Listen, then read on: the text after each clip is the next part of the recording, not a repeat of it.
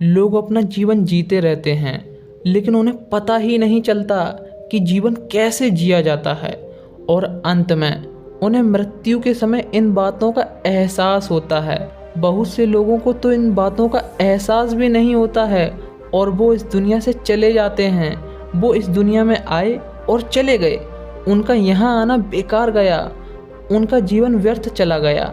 बहुत से लोगों को ये भय होता है कि कभी ना कभी मेरी मृत्यु हो जाएगी और वो अपना जीवन इस डर से जी नहीं पाते हैं। ऐसी कहानी बेकार होती है जिसका कोई अंत ना हो। अगर आपके पास सोचने के लिए समय है कि आप कौन हैं और ये जीवन क्यों जी रहे हैं, तो आपका जीवन सफल हो गया।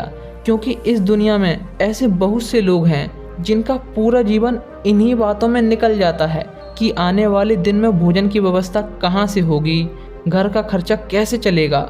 वो इन्हीं बातों में उलझे रहते हैं, हमेशा तनाव में रहते हैं। उनका जीवन इसी भागदौड़ में कट जाता है। वो कभी भी 2 क्षण बैठकर सुख का एहसास नहीं करते हैं। ऐसे जीवन का कोई फ़ायदा नहीं है।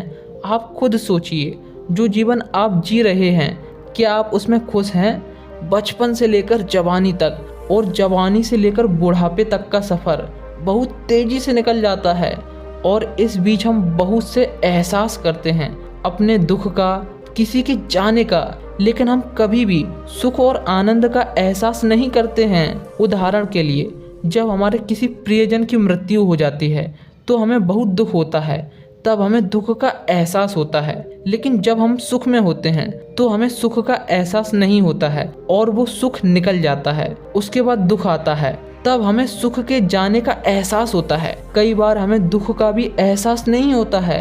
आपका जीवन तभी सफल होगा जब आप सुख और दुख का एहसास करेंगे।